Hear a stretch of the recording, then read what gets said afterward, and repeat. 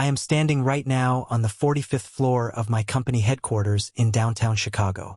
The floor-to-ceiling windows offer a spectacular, panoramic view of the city skyline, a view that costs more per month in commercial leasing than my parents made in an entire decade. The glass is thick, soundproof, keeping the chaos of the city completely at bay. But my eyes are not focused on the horizon or the beautiful architecture of the buildings across the river. They are locked on the street level below. The rain is coming down in aggressive, unforgiving sheets today. It is the kind of miserable, bone-chilling Midwestern downpour that soaks right through your clothes, ruins your shoes, and sinks deep into your soul. Down there on the concrete pavement, shivering under a useless, wind-battered black umbrella, is my older brother, Vance. Next to him is Alara, the woman I once stood before a priest and promised my life to. She is clutching a cheap, transparent raincoat tightly around her shoulders, her hair plastered to the sides of her face. Huddled slightly behind them, looking infinitely smaller, older, and more fragile than I have ever seen them in my entire life, are my parents, Patricia and Robert. They look pathetic. They look exactly like the kind of people who have run out of options, run out of money, and finally run out of lies to tell themselves and everyone else. They are demanding to see the owner of the massive conglomerate that just effectively ended their luxurious, fake lives. As a forensic accountant, I have spent my entire adult life looking at numbers. Numbers do not lie. They do not manipulate, they do not gaslight, and they absolutely do not favor the golden child over the scapegoat. Numbers represent pure, unadulterated reality. And the reality standing on the sidewalk below me is that their ledger is finally empty. They are bankrupt in every conceivable definition of the word. They are completely drained of their financial assets, their social standing, and their unbearable arrogance. Just 3 years ago, these 4 people looked me dead in the eye and systemically destroyed my life. My own flesh and blood. My older brother stole my wife. And if that horrifying reality was not enough to completely destroy a man, my parents actively funded their secret hotel rendezvous.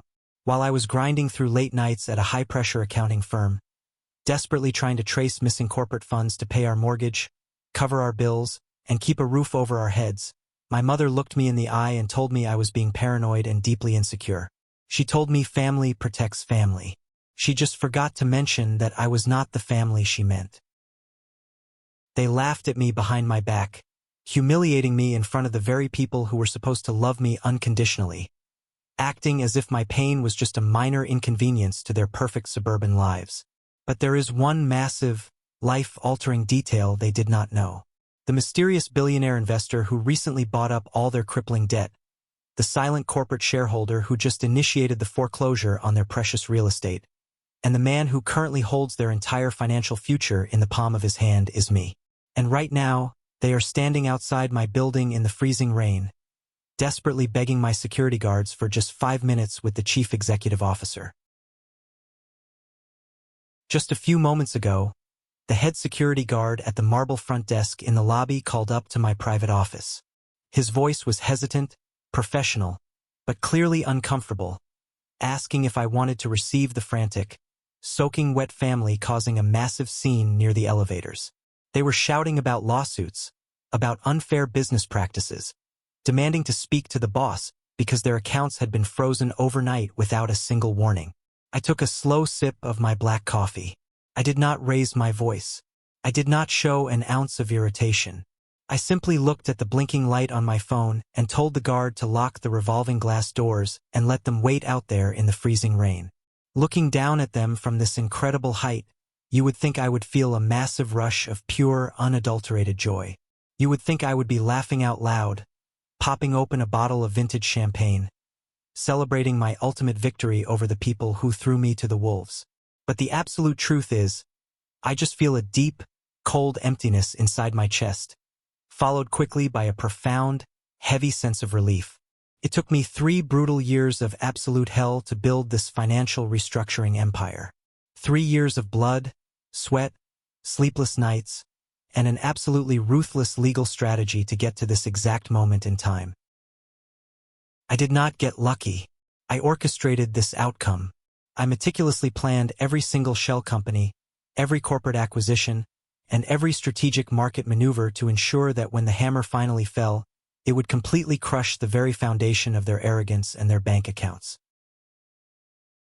People ask me all the time how I became so successful so quickly in such a cutthroat industry. They see the tailored suits, the luxury vehicles parked in my private garage, and the rapidly expanding private equity portfolio. They naturally assume I had some massive inheritance waiting for me or a wealthy, connected mentor who simply handed me the keys to the kingdom. They assume I was born on third base and thought I hit a triple. They do not know that my relentless drive was forged in the absolute ultimate betrayal. They do not know that my ambition is fueled by the sickening memory of my own mother handing my wife the keys to a luxury hotel room so she could sleep with my own brother. When you lose everything in the blink of an eye, your marriage, your family, your dignity, your savings, and your entire sense of reality, you only have two choices in this world. You can let the suffocating grief swallow you whole, live the rest of your life as a bitter, broken victim, or you can take all that burning rage and use it as high-octane rocket fuel. I chose to weaponize my heartbreak. I chose to build a fortress so high they could never touch me again. But before I tell you exactly how I legally and methodically took everything from them, we have to go back to the very beginning. We have to go back to the blueprint of a family built entirely on lies. Standing here watching the harsh rain batter their shoulders, my mind inevitably drifts back to my childhood. I realize now, with the crystal clear, painful vision of hindsight, that the warning signs were always there, flashing right in front of my face. The blatant favoritism, the subtle cutting digs at the dinner table, the way I was always treated like a second-class citizen in the very home I grew up in. I was born into a family that viewed me not as a beloved son, but as a backup plan, a safety net they could happily trample on whenever it suited their needs.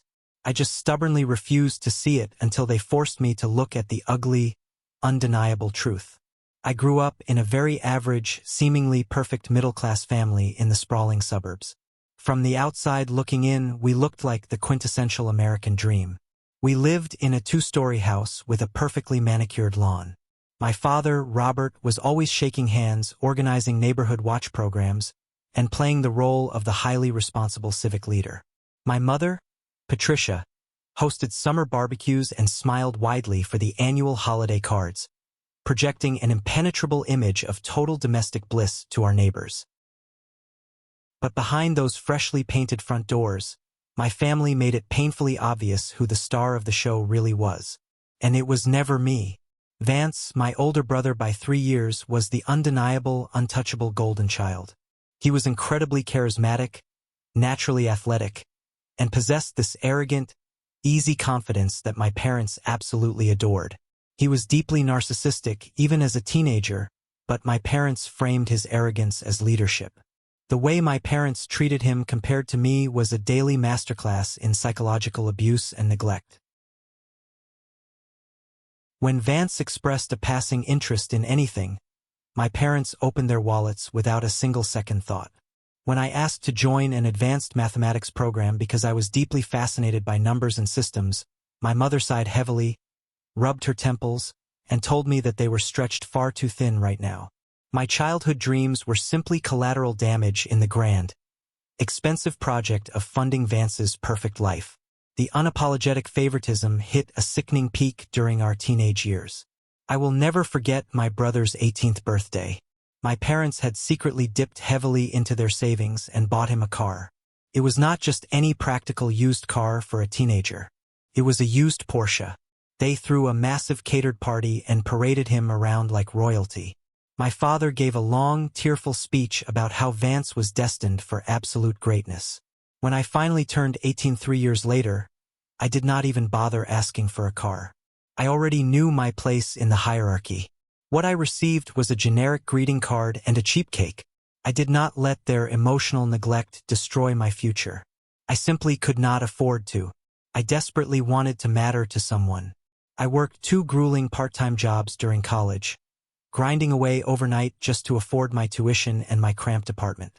My parents claimed they could not help me financially, citing the tough economy.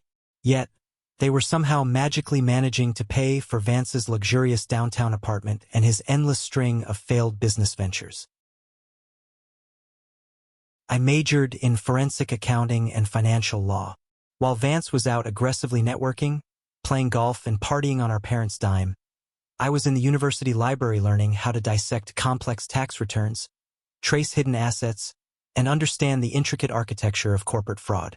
I wanted to build something real based on hard facts. I wanted to be the guy who could walk into a room, look at a spreadsheet, and know exactly where the bodies were buried. I just never expected the first bodies I would have to unearth would be my own family's. During my senior year, I was working as a junior clerk at a small auditing firm in the city. It was not glamorous, but I was surrounded by the financial documents I loved, learning the trade from the ground up, barely making minimum wage. That is exactly where I met AITA. AITA walked into the office one afternoon to deliver some vendor files for her administrative job. She was stunning, elegant, and soft-spoken with a warm smile that completely disarmed my usually guarded, cynical nature. She did not just listen politely when I talked. She leaned in. She looked at me right in the eyes like I was the most fascinating, intelligent person in the entire world. No one had ever taken that kind of genuine, undivided interest in me before. Not my family, not anyone. We started dating almost immediately, and it felt like a massive breath of fresh air. She did not care that I was a broke college student grinding through a low-paying clerk job. She admired my intense ambition. She made me feel seen, validated, and respected when I was pulling brutal all-nighters studying for my certified public accountant exams. For the first time in my entire life, I felt like I was somebody's absolute priority. I felt like I finally had a real family. I proposed to her 2 years later. I meticulously saved up every single spare dime from my meager salary, skipping meals to afford a beautiful, modest diamond ring. When I eagerly drove to my parents' house to tell them we were officially engaged, hoping for just an ounce of the joy they regularly showered on Vance, their reaction was incredibly telling and deeply painful. My mother barely looked up from her glossy magazine. She took a slow sip of her wine and asked if AITA had a substantial inheritance we should know about. They did not ask about the proposal. They did not ask to see a picture of the ring. Our wedding day should have been the happiest, most purely joyful day of my life. But Vance made absolutely sure to cast his toxic, suffocating shadow over every single moment of it. My parents acted like it was an absolute chore to even be there, complaining loudly about the modest suburban venue and the standard catering. Vance, meanwhile, showed up late in a custom-tailored tuxedo that cost more than my entire wedding budget. He spent the entire reception heavily drinking premium liquor, dominating every conversation, and desperately trying to be the center of attention. But what really made my blood boil, what planted the very first seed of dread in my stomach, were the comments. Toward the end of the night, I was walking back from the restroom when I saw Vance corner AITA near the open bar. He was leaning in way too close, invading her personal space in a way that made my chest tighten with primal anxiety. I heard him say, his voice dripping with arrogance and condescension, that he did not think his little brother had it in him to land a woman like her. He explicitly told her she could do so much better. I fully expected AITA to slap his face. I expected her to walk away in total disgust, defending her new husband. Instead, I stood frozen and watched AITA laugh. It was not a polite, uncomfortable, forced chuckle. It was a genuine, flushed, throaty laugh. She reached out and touched his arm lightly before turning away. At the time, I forcefully brushed it off. I desperately told myself it was just Vance being his usual arrogant, boundary-crossing self, and AITA was just trying to gracefully keep the peace on our wedding day. I trusted my wife implicitly. I had absolutely no idea that the foundation of my life was already rotting from the inside out. The first year of our marriage was good, or at least I desperately and successfully convinced myself it was. I had proudly landed a junior forensic accountant position at a mid-sized, reputable firm in the city. The starting salary was definitely not making us rich, but it paid the mortgage on our small townhouse, covered the utility bills, and I was finally doing exactly what I loved doing every single day. I was working long, grueling hours, volunteering for extra audits, trying desperately to secure a major promotion so I could comfortably start a college fund for the kids AITA and I constantly talked about having. I deeply wanted to give my future children the absolute financial security, stability, and unconditional love I never received. But right around our second wedding anniversary, things started to significantly shift. A dark, suffocating, unexplainable tension slowly crept into our small townhouse. Started with Vance. He began showing up completely unannounced at our place. He would let himself in with a spare key mid-afternoon on regular weekdays, always dressed to the nines in his expensive designer gear, acting like he personally owned the property. Because I was working late at the firm almost every night trying to untangle messy corporate bankruptcies, I was not there for most of these random visits. I would come home utterly exhausted to find Vance sitting comfortably on my couch, drinking my expensive scotch that I saved for special occasions, with AITA sitting entirely too close to him on the cushions. They would be eating fancy takeout from expensive downtown restaurants that I knew for a fact AITA and I could not afford on my current salary. When I asked her later what he was doing there for hours, AITA would just smile dismissively, actively avoiding my eye contact, and tell me not to be so paranoid and jealous. Then AITA herself began to drastically change. The highly supportive, down-to-earth woman I married started slowly disappearing, replaced by someone I barely recognized. She began complaining constantly and bitterly about our modest house, our aging used car, and my totally average income. Suddenly, out of nowhere, she was wearing brand new designer dresses and carrying authentic luxury handbags that easily cost more than my entire monthly mortgage payment. This is where my professional instincts finally started screaming at me. You cannot hide money from a forensic accountant. I knew exactly down to the penny what AITA made at her administrative job. I knew what our joint account looked like. The math was completely, horribly wrong. When I confronted her and asked how she afforded them without destroying our budget, she gaslit me perfectly. She vague claimed she got an unexpected cash bonus or found a really great designer resale online. She went on the offensive, calling me controlling and financially abusive for daring to question her spending habits. It was textbook cognitive dissonance on my part. I saw the numbers, but my heart refused to process the devastating equation they added up to. But the real, screaming red flags were the micro-interactions I actually witnessed between them. I started noticing how AITA would find absolutely any excuse to physically touch Vance. She would reach over to fix his collar, laugh excessively at his terrible jokes, and lean in so close to him when she spoke that the air between them felt dangerously electric. One Saturday afternoon, I was upstairs folding laundry when I clearly heard them down in the kitchen. Vance was telling some long, boastful story, and AITA let out this loud, breathless laugh. It was the exact kind of laugh a woman reserves solely for a man she is deeply, physically attracted to. I tried to sit her down and set boundaries.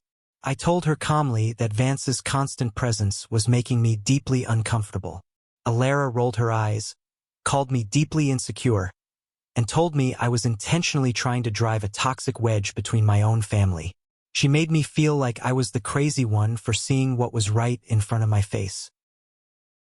The ultimate turning point, the exact moment my entire reality permanently fractured into a million jagged, unfixable pieces, happened on a rainy Thursday in late October. I had come home early because a sudden server outage at the main firm canceled my afternoon document review. I walked into the house, and it was dead, eerie, silent. I went upstairs to our bedroom to change out of my damp work clothes. As I reached into the closet to grab a heavy sweater, I accidentally knocked over Vance's incredibly expensive wool coat, which he had conveniently and inexplicably left draped over a chair in our bedroom the night before.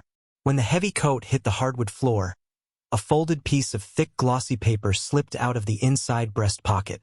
I bent down and picked it up, intending to just put it back in the pocket, but my eyes automatically caught the embossed gold logo at the top of the paper. It was an itemized receipt. My heart instantly started pounding violently against my ribs as I read the black print. It was a receipt for the Grand Marquis Hotel, one of the most exclusive, ridiculously expensive, and discreet boutique hotels in the entire city. The dates printed on the receipt were for the previous weekend, a specific weekend AITA explicitly told me she was going on a girls' wellness retreat with her younger sister, Nicole, out of state. The luxury suite was booked under Vance's name. That was bad enough. The infidelity was staring me right in the face in black and white ink. But what truly stopped my breath, what made the blood literally turn to freezing ice in my veins, was the payment method printed clearly at the bottom. The last 4 digits of the credit card printed on the receipt did not belong to Vance's corporate account. I recognized those 4 specific digits instantly. They were burned into my memory because I had personally set up the online banking portal for my parents years ago to help them with their complex tax returns. It was my mother's premium high-limit credit card.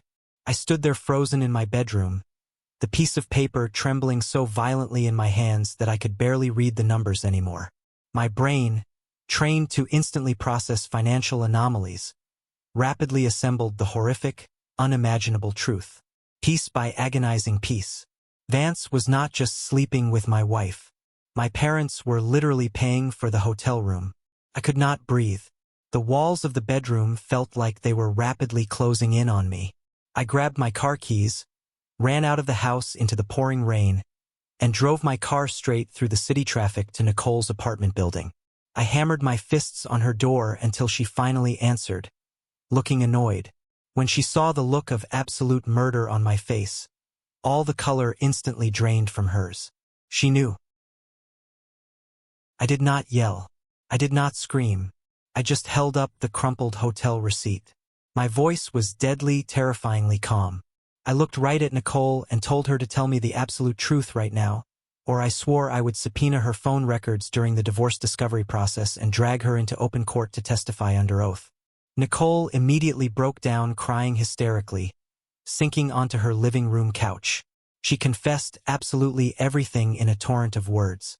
She told me AITA and Vance had been secretly sleeping together for over 8 months. They would constantly use her as a fake alibi to get away on romantic weekends. But then Nicole dropped the final, absolute crushing blow that destroyed me.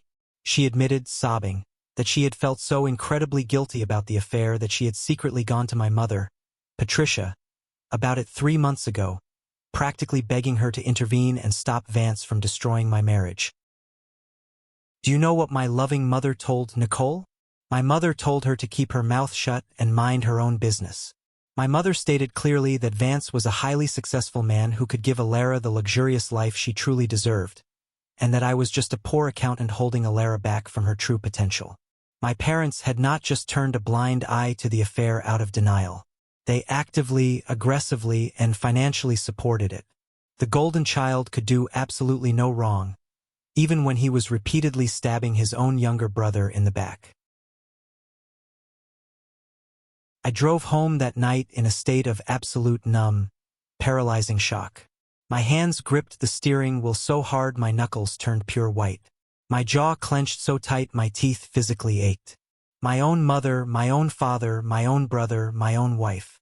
Every single person on this earth who was supposed to have my back, every person I deeply loved and trusted, had actively conspired to humiliate me, betray me, and ruin my life. I was entirely, completely alone in the world. But I am a forensic accountant. I do not break down and throw plates against the wall. I do not confront people with sloppy, emotional arguments. I build airtight, irrefutable dossiers. I needed a bulletproof plan. I needed a ruthless, merciless legal strategy. I knew with absolute certainty that if I confronted them immediately in a blind emotional rage with no actual leverage besides a printed receipt, they would instantly gaslight me. Vance would immediately hire a massive team of shark lawyers. My parents would help them hide the marital assets, and AITA would take me to the absolute cleaners in a divorce court, leaving me destitute. I parked 2 blocks away from my house and sat in the freezing, dark car until the sun came up. I did not shed a single tear. The weak, desperate Caleb, who constantly wanted his parents' approval, died right there in the driver's seat. The naive Caleb, who always wanted to play fair and be the bigger person, was gone forever, incinerated by their cruelty. The next morning, I drove straight to my firm. I logged into my secured terminal. I did not do my assigned work that day. I began a silent autopsy on my own family's finances. Using legal public records, property tax databases, and credit reporting tools I had access to as a licensed financial investigator, I started tracing the money. The results were completely staggering. I discovered that my parents had quietly sold a valuable piece of rural real estate they had inherited years ago. They did not tell me about this sale. The funds from that property sale were directly routed into a secondary account attached to my mother's premium credit card. They literally sold family property specifically to pad her bank account so she could seamlessly fund Vance's extravagant lifestyle and his secret hotel hookups with my wife without raising red flags on their primary household budget. They financed my utter destruction. They did not protect me. They protected him. I printed every single deed transfer, every public tax record, and every financial anomaly I could legally get my hands on. I compiled a massive physical binder of their financial sins. I needed to secure my personal finances next. I needed to keep my stable job, secure my impending promotion to senior auditor, and use the increased salary to hire the absolute best, most vicious divorce attorney in the city. I had to play this completely cold, burying my emotions deep down. But the universe, or rather my highly manipulative brother, had vastly different plans for me. They were about to systematically take the last thing I had left to my name. A few days later, as soon as I walked through the heavy glass doors of the firm's lobby, 2 large corporate security guards and a senior representative from Human Resources intercepted me. They flanked me and escorted me directly into the corner office of my department head and boss, Mark. Mark was a guy I genuinely considered a professional mentor. He had personally promised me a major promotion by the end of the quarter. Mark would not even make eye contact with me. He stared firmly down at his massive mahogany desk, sliding a thick manila folder across the polished wood toward me. He told me they were letting me go, effective immediately. His voice was tight, robotic, and clearly rehearsed. He said there had been several complaints about my general attitude and my recent mental stability, and that I just did not fit the company culture anymore. I stared at him, my mind completely short-circuiting. My performance reviews had been absolutely flawless for years. I had just saved the firm a massive liability on a major corporate audit. It made absolutely zero sense. It was a blatant, disgusting, transparent lie. I was publicly escorted out of the building by security like a common criminal in front of all my colleagues. My entire professional life unceremoniously packed into a single pathetic cardboard box. It was not until a week later that a highly sympathetic coworker from the accounting department called me off the record. She let it slip that Vance had recently taken Mark out for an incredibly expensive steak dinner and a round of golf at his private, exclusive country club. Vance's massive logistics company, which he had recently inherited from his wealthy father-in-law from a previous marriage, was a major corporate client of our auditing firm. Vance had aggressively leveraged his massive corporate weight, explicitly threatening to pull a multi-million-dollar auditing contract unless Mark fired me on the spot. Vance had boldly claimed I was mentally unstable, going through severe personal issues, and causing toxic drama that was a massive liability for the business.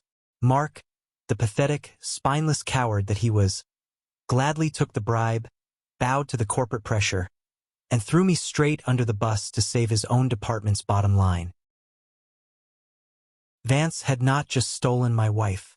He had systematically, maliciously orchestrated the total destruction of my career so I would not have the financial resources, the salary, or the professional credibility to fight back against him in court. He wanted me completely broken, entirely destitute, and crawling on my knees, begging him for scraps. I drove back to the townhouse, my chest incredibly tight with a cold, terrifying, unfamiliar clarity. I unlocked and walked through the front door, and there was Alara standing right in the middle of the living room. She was zipping up a massive, expensive designer suitcase. She looked up at me, her face completely hardened, entirely void of any of the warmth, affection, or love I once foolishly believed she had for me. She looked at me like I was a disgusting stranger she had accidentally stepped on in the street. She told me she was leaving me, her voice dripping with absolute unapologetic disdain. She said she was filing for divorce that day, and she wanted me out of the house by the end of the week. She did not even try to hide the betrayal anymore. She knew I had been fired. She probably knew exactly what time Mark was going to hand me that manila folder. She and Vance had planned this exact vicious sequence of events perfectly to leave me completely paralyzed, broke, and defenseless. She walked right past me, not even offering a single word of apology or explanation, dragging her expensive luggage. Luggage I now knew my own mother had paid for. Through the living room window, I watched her walk down the driveway and get into Vance's black Porsche that was idling by the curb. He didn't even look at the house. They just drove away. I stood there completely alone in the empty living room of a house I could no longer afford to pay the mortgage on, with absolutely no job, no wife, no family, and almost nothing left in my bank account. I was standing alone in the smoldering ashes of my own life. The divorce process was an absolute, unmitigated bloodbath. It was a masterclass in legal cruelty, orchestrated flawlessly by the very people who shared my DNA and the woman who once swore to love me until death. Because I had absolutely no inheritance to fall back on, no wealthy parents to quietly pay my exorbitant legal fees, and no salary whatsoever thanks to Vance's malicious corporate sabotage at the auditing firm, I was completely at their financial mercy. AITA hired the most ruthless, notoriously expensive divorce lawyer in the entire city. Her retainer was paid for, of course, entirely by my mother's premium credit card. I walked into that cold, sterile, wood-paneled courtroom representing myself because I could not even afford a basic legal consultation. I had to spend my nights reading dense legal textbooks at the public library just to understand the motions they were filing against me. AITA sat across the massive mahogany table in the courtroom, draped in brand-new designer clothes that my family had bought her, looking at me with a sickening mixture of manufactured pity and extreme, unapologetic disgust. Her shark of a lawyer systematically and ruthlessly stripped away absolutely everything I had ever worked for. They took the townhouse, citing my sudden lack of a stable salary and my total inability to pay the impending mortgage. They took the meager, hard-earned savings we had meticulously built in our joint account over the years. I walked out of that depressing courthouse on a freezing Tuesday morning with absolutely nothing to my name but the clothes on my back, my beat-up, aging sedan, and my laptop holding all my proprietary financial analysis software.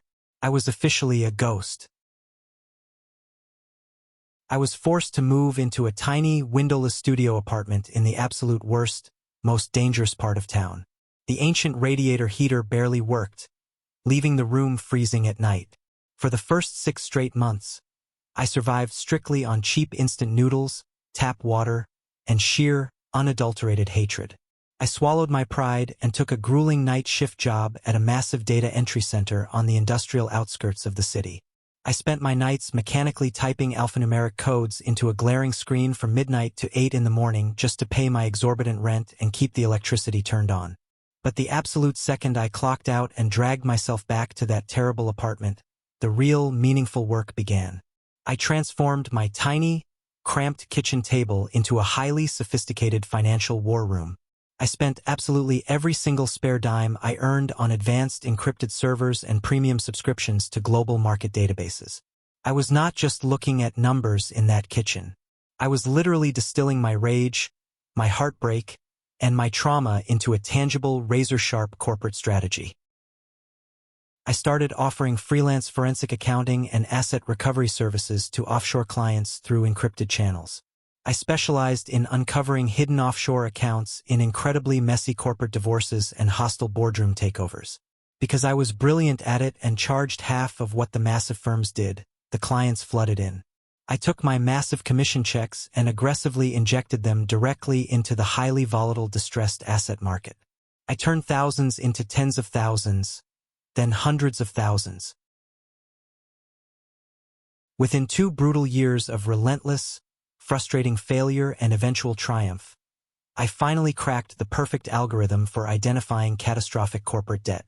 I launched my own private equity firm, entirely hidden behind layers of legal anonymity. I started aggressively buying out failing manufacturing plants, restructuring their massive debts, and flipping them for astronomical profits. Word spread like absolute wildfire among the city's wealthy, ruthless elite. They poured millions into my fund. Over the next 3 grueling but triumphant years, my holding company completely exploded. We became the absolute fastest-growing financial restructuring firm in the entire country. I stayed entirely off all forms of social media. I wanted my massive new wealth to be entirely invisible to the people who destroyed me.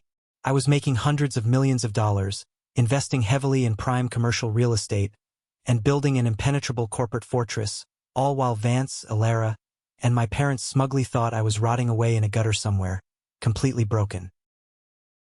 And while I was steadily, relentlessly climbing to the absolute peak of the mountain, Vance was actively, arrogantly digging his own financial grave.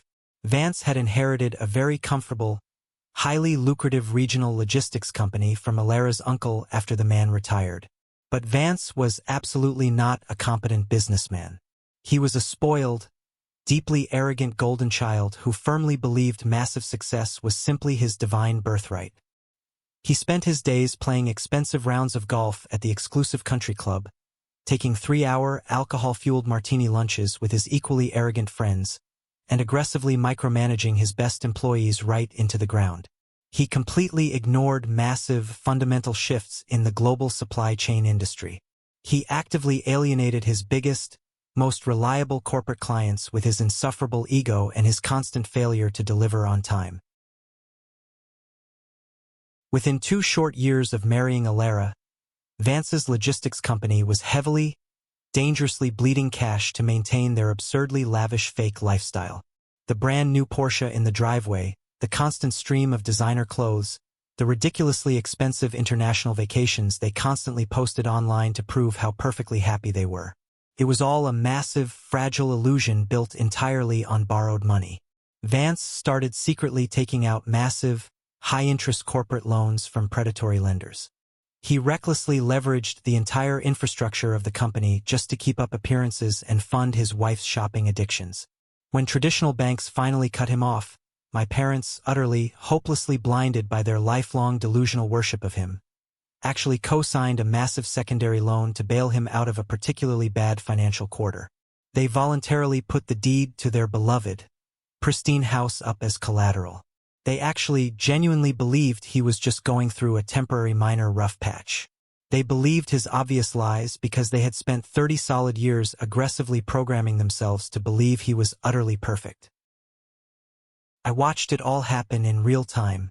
My firm's proprietary algorithms automatically flagged the massive distress signals in his corporate filings. I read the meticulous, highly detailed financial reports compiled by my elite corporate lawyers. I knew exactly how much crippling debt they were in. I knew exactly which specific banking institutions held their toxic loans. And because I now had substantially more liquid capital than I ever knew what to do with, I legally created a complex series of anonymous corporate shell companies. Slowly, methodically, and completely legally, my shell companies began quietly buying up their massive debt portfolios. I bought the commercial loans holding Vance's failing logistics company hostage. I bought the high-yield corporate bonds he had foolishly issued. And, most importantly, I bought the secondary mortgage on my parents' suburban house. I became their sole, anonymous, completely merciless creditor. They thought they owed money to massive, faceless banking institutions located in New York. They had absolutely no idea they owed every single red cent to the younger son they had casually thrown away like absolute garbage. The trap was fully, perfectly set. The steel jaws were wide open. All I had to do was sit back and wait for them to run out of cash. And inevitably, they absolutely did. Vance missed 1 massive loan payment, then 2, then 3. The banks, acting entirely on my strict, merciless, legally binding orders, flatly refused any extensions or restructuring. We aggressively called in the entirety of the massive loans. We initiated the aggressive, rapid foreclosure process on the family real estate.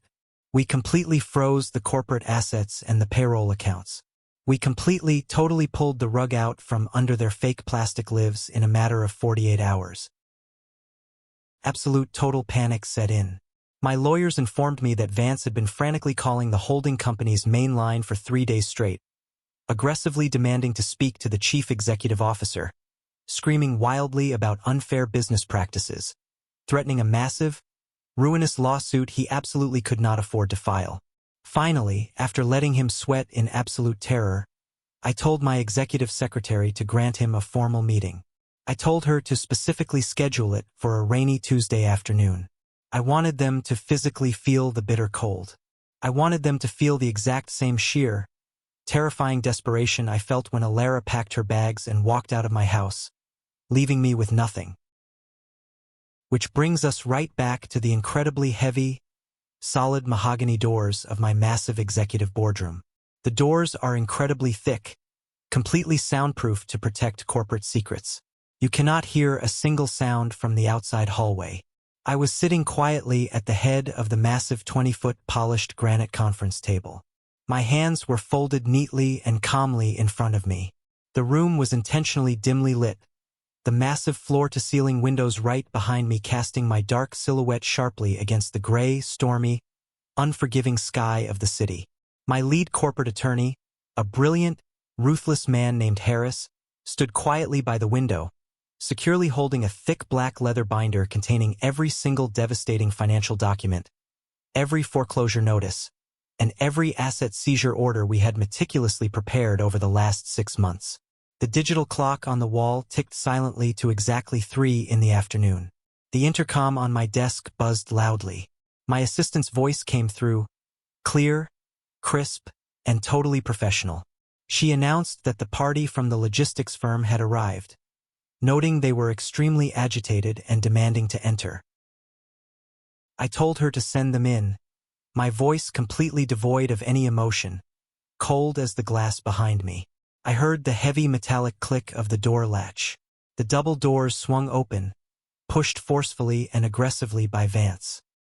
He marched into the room first, his supposedly expensive suit deeply wrinkled and damp from the pouring rain outside. His face flushed an angry red with absolute arrogant indignation. Alara followed right behind him, nervously clutching a wet designer handbag to her chest, looking around the incredibly opulent, intimidating boardroom with wide, fearful eyes. And then came my parents, Patricia and Robert, shuffling and slowly, looking exhausted, terrified, and completely, utterly out of their element. They did not look at me at first because the bright light from the massive windows was directly behind me. I was just a dark, imposing figure sitting silently in the high-backed leather chair. Vance started shouting immediately, marching up to the table and slamming his hand down hard on the polished granite edge.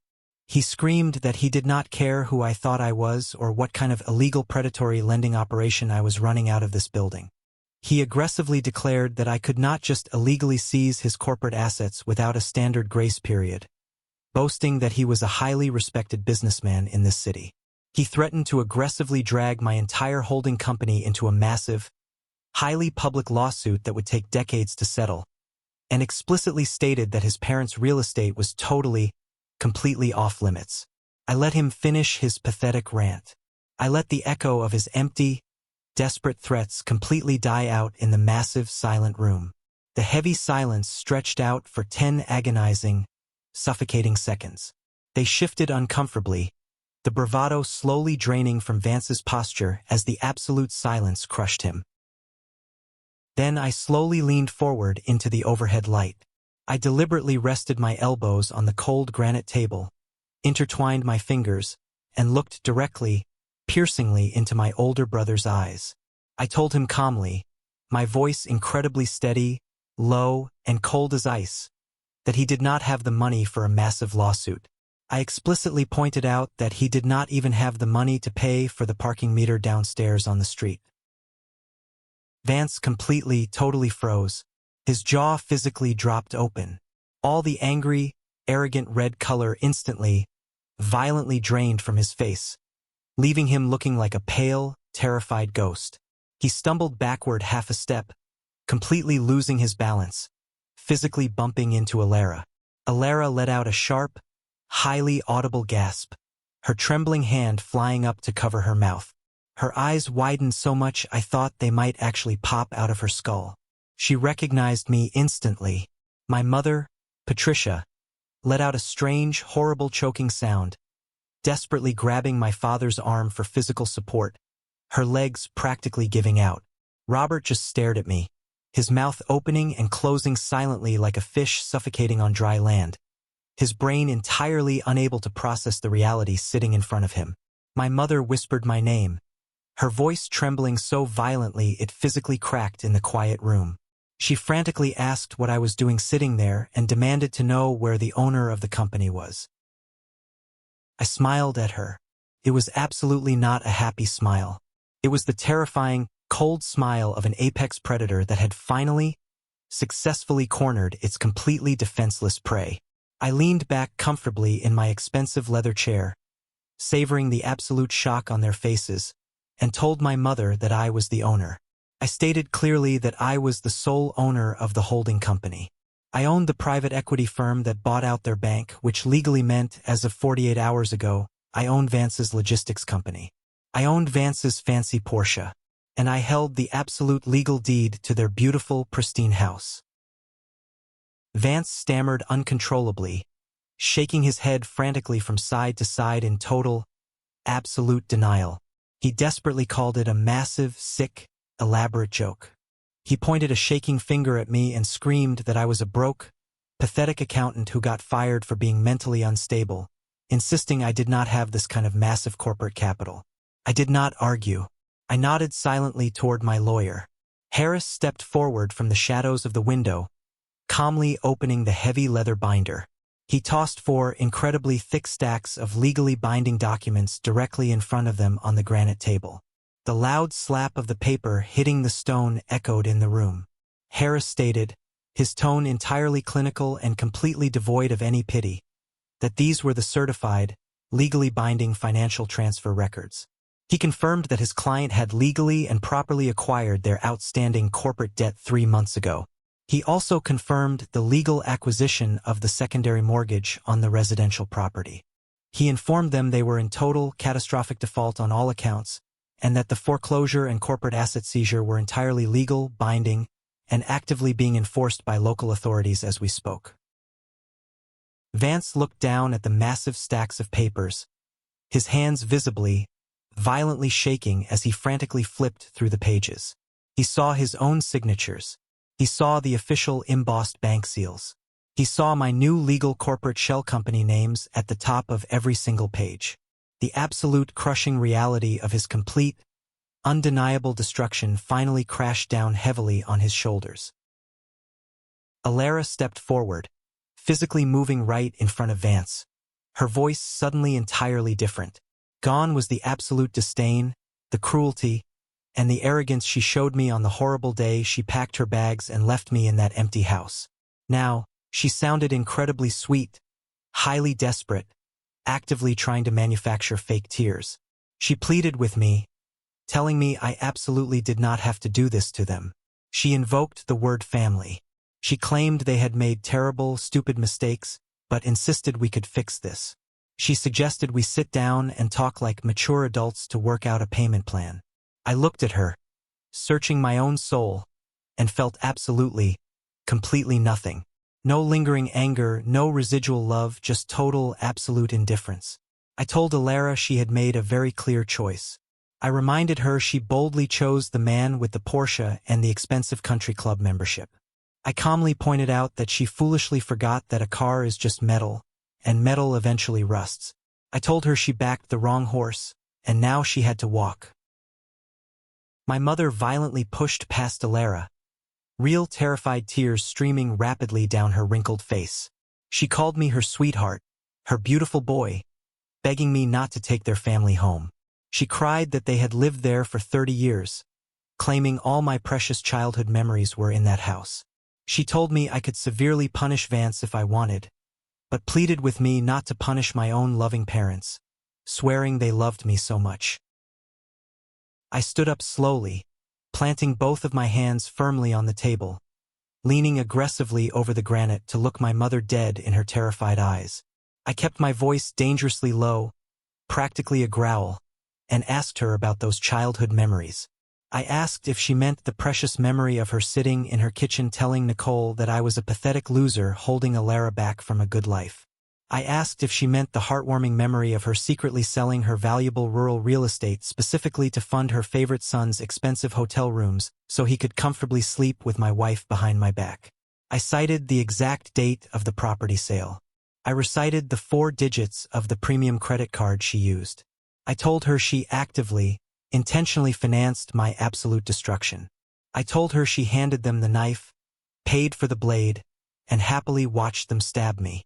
I strictly forbade her from standing in my boardroom and trying to use the word love. My father suddenly yelled, desperately trying to summon some pathetic, long-lost patriarchal authority to control the situation. He claimed they did not know how bad the affair was. He accused me of being incredibly vindictive and cruel, aggressively stating that blood is thicker than water and that I must forgive my family. I shot back instantly, calling him by his first name for the very first time in my entire life, watching him flinch at the massive disrespect. I agreed that blood is much thicker. I told him it is Messier, and it permanently stains everything it touches. I reminded him that they consciously chose Vance. They had consistently chosen Vance over me since the day I was born. I told him that now they get to fully live with him. They get to figure out exactly how to survive in the real world when the golden child permanently loses all his gold. Vance suddenly lunged forward with a feral scream, aggressively grabbing the heavy legal documents and violently, frantically tearing them in half, throwing the shredded pieces across the pristine boardroom. He screamed at the top of his lungs, spit flying from his mouth, veins popping aggressively in his neck, vowing to fight me to the bitter end. He swore he would hire every single ruthless lawyer in the entire state to completely destroy me and my fake company. I asked him quietly, perfectly calm, with what money? That simple question stopped him cold in his tracks. He froze, his hands still raised in the air. I explained slowly, gesturing to the heavy door, that his corporate payroll accounts were entirely frozen. I reminded him his personal premium credit cards were completely maxed out and deactivated. I informed him his house was currently being padlocked by the county sheriff's department as we spoke. I told him he was completely, utterly destitute. He was exactly where he intentionally left me 3 years ago. The only difference was I had the incredible brains and the massive drive to build a global empire out of absolutely nothing, while he did not even know how to read his own balance sheets without paying someone else to do it. I pressed the intercom button firmly on my desk and instructed security that we were entirely finished here. I ordered them to promptly escort these 4 individuals out of the building and off the premises. I added that if they resisted or caused a scene, security should immediately call the police and have them formally arrested for trespassing. As the 3 heavy, intimidating security guards walked swiftly into the room, Alara started sobbing hysterically, physically sinking to her knees on the expensive carpet, begging me. My mother was wailing loudly, aggressively grabbing my father's jacket, totally unable to stand on her own. Vance just stood there, completely paralyzed, utterly broken, staring at me like he was looking at the actual devil himself. I turned my back to them completely and looked out the massive window at the pouring rain. I told them to get out of my building and never, ever try to contact me again. The immediate, devastating fallout from that boardroom meeting was completely absolute and shockingly fast. Once the primary domino fell, the entire fragile, debt-ridden structure of their fake lives completely disintegrated into absolute dust. Within days, they were physically, humiliatingly escorted out of my massive corporate lobby by security in front of hundreds of staring employees, forced to walk back out into the freezing, relentless rain with absolutely nowhere to go and no cars to drive. My legal team moved with the ruthless, flawless efficiency of a military operation. The bank officially, legally seized Vance's logistics company the very next morning at 8, locking the doors and beginning the process of liquidating the remaining physical assets, trucks, and warehouses to pay off the massive debts he owed my holding company. The shiny, ridiculously expensive Porsche was aggressively towed right out of his driveway by the repossession agents before noon while his wealthy neighbors watched from their windows. My parents were formally, legally evicted from their beloved pristine house in the suburbs by the end of the week. The absolute humiliation of the entire neighborhood actively watching the armed sheriff enforce the foreclosure notice broke my mother completely. She instantly lost her prestigious, arrogant standing in her social circles and became a total, absolute social pariah overnight. They were forced to quickly pack 30 years of belongings into cheap cardboard boxes and move into a cramped, depressing, poorly maintained two-bedroom apartment in a highly dangerous neighborhood on the absolute extreme outskirts of the city. To pay the new rent and buy groceries, my father, a proud man who used to constantly boast about his massive retirement accounts, was forced to take a grueling minimum-wage night shift job as a security guard at a local drafty warehouse, aggressively patrolling freezing concrete floors on his bad knees until dawn. It was exactly like attending a continuous, agonizing public funeral for their massive egos. But the absolute most poetic, mind-blowing twist of pure, unadulterated karma, the massive secondary explosion that completely vaporized whatever tiny shred was left of Vance's fragile sanity, happened about a month after our boardroom confrontation. I was sitting quietly in my office, reviewing the highly profitable quarterly projections for a new corporate acquisition, when my private, unlisted cell phone rang. I didn't recognize the local number, but I answered it anyway. It was Nicole, Alara's younger sister. Her voice was highly frantic, totally breathless, and filled with a dark, twisted kind of amusement. She told me I was absolutely not going to believe what just happened an hour ago, claiming that after everything they did to me, I deserved to know. Nicole quickly explained that during the 3 years after my incredibly messy divorce, Alara and Vance had stayed together, desperately trying to project the flawless image of a wealthy, powerful, untouchable power couple on social media. About 8 months ago, Alara had excitedly, publicly announced she was pregnant. Vance had been insufferably proud, aggressively bragging to everyone who would listen at the country club about his impending fatherhood, talking loudly about setting up a massive trust fund and college fund for his new heir. Alara had given birth to a baby boy exactly 2 weeks after my hostile corporate takeover officially stripped them of all their money and assets. The extreme, suffocating stress of losing the luxury lifestyle, the sports cars, the massive house, and the social status had caused a massive, violent fracture in their already toxic relationship. Vance, terrified, broke, and angry, violently demanded to know how they were going to afford raising a child when they could barely afford groceries. In the middle of a massive screaming match in their tiny, newly rented apartment, Alara finally snapped under the pressure and confessed the ultimate, devastating, life-altering truth. The baby wasn't Vance's. During the last year, while Vance was busy arrogantly running his logistics company into the ground and completely ignoring her to play golf and drink with his buddies, Alara had gotten incredibly bored. She had started sleeping with her expensive, highly muscular personal trainer at the luxury gym Vance was paying thousands of dollars a month for. She had intentionally lied about the paternity, actively planning to trap Vance into funding her wealthy lifestyle forever. But now that Vance was completely broke, the new baby was nothing but a massive financial anchor dragging her down, and she maliciously threw the painful truth right in his face just to hurt him. The woman he utterly destroyed his own younger brother to steal had done the exact same horrifying thing to him. She proved without a shadow of a doubt that she was always incredibly toxic. Vance totally lost his mind. He physically destroyed the small apartment in a blind, feral rage, throwing furniture through the windows, resulting in the police being called by terrified neighbors. Alara immediately filed a massive, restrictive restraining order against him. The highly publicized, aggressive custody battle he had bragged about fighting for completely evaporated into thin air because a quick medical test proved he wasn't even the biological father. He was publicly, brutally, completely humiliated. Everyone in their elite social circle found out the sordid details. The story spread like absolute wildfire. Vance was left with absolutely nothing. No logistics company, no money, no fancy cars, no wife, no child, and a totally ruined professional reputation that made it completely impossible for him to ever get a decent corporate job in the city again. The last I heard from my legal team, he was working as a low-level, minimum-wage dispatcher for a cheap trucking company, living in a rented filthy room in a terrible part of town, spending his nights drinking cheap beer and aggressively blaming everyone else in the entire world for his massive failures. My parents tried to desperately reach out to me a few times after the dust settled. They sent pathetic, rambling, handwritten letters to my corporate office begging for forgiveness, talking about how families should stick together in hard times, asking for just a small cash loan to help them pay their upcoming rent.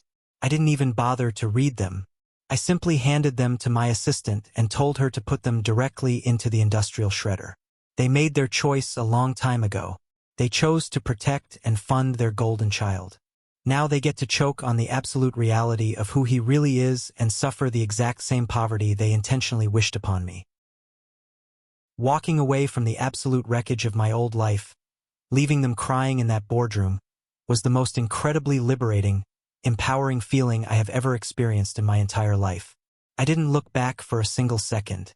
I established an impenetrable titanium boundary that no one could ever cross again. The very next day, I legally dropped my father's last name entirely. I went down to the county courthouse, paid the fees, filed the extensive paperwork, and officially changed my legal last name to match the name of the holding company that literally saved my life. I was no longer the unwanted, unloved son of a pathetic, toxic family. I was the absolute master of my own destiny, the architect of my own future.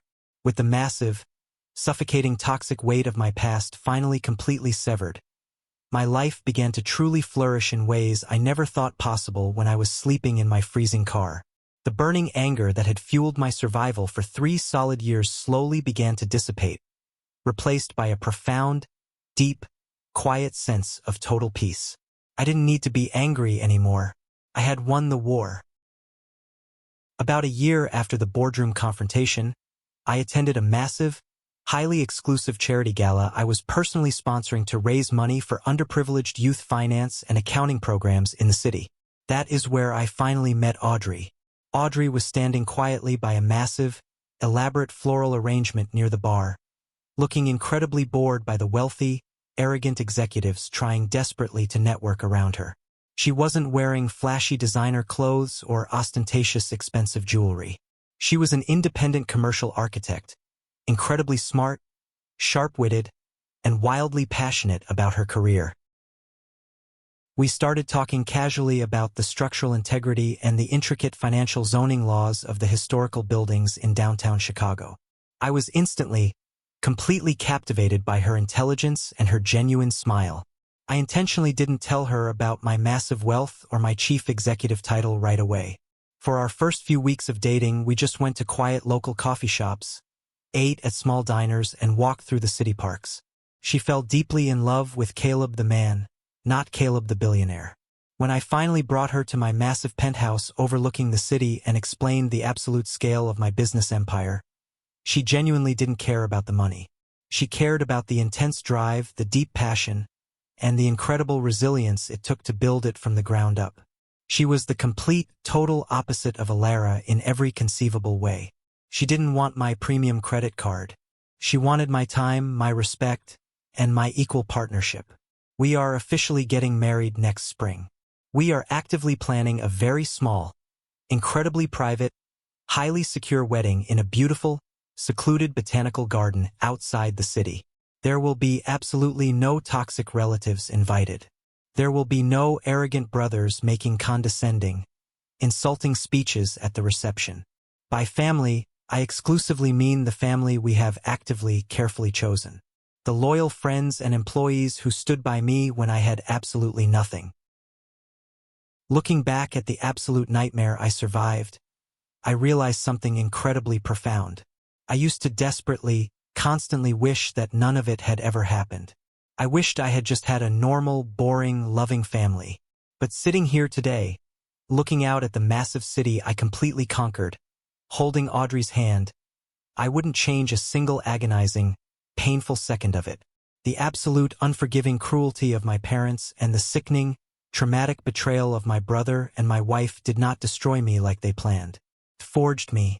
It violently burned away every single ounce of weakness, insecurity, and naive desperation inside my soul, leaving behind nothing but unbreakable, hardened steel. They arrogantly tried to bury me deep in the dirt so Vance could shine brighter. But they didn't realize I was a seed. And from that dark dirt, I grew into a massive towering tree that now completely blocks out their sun.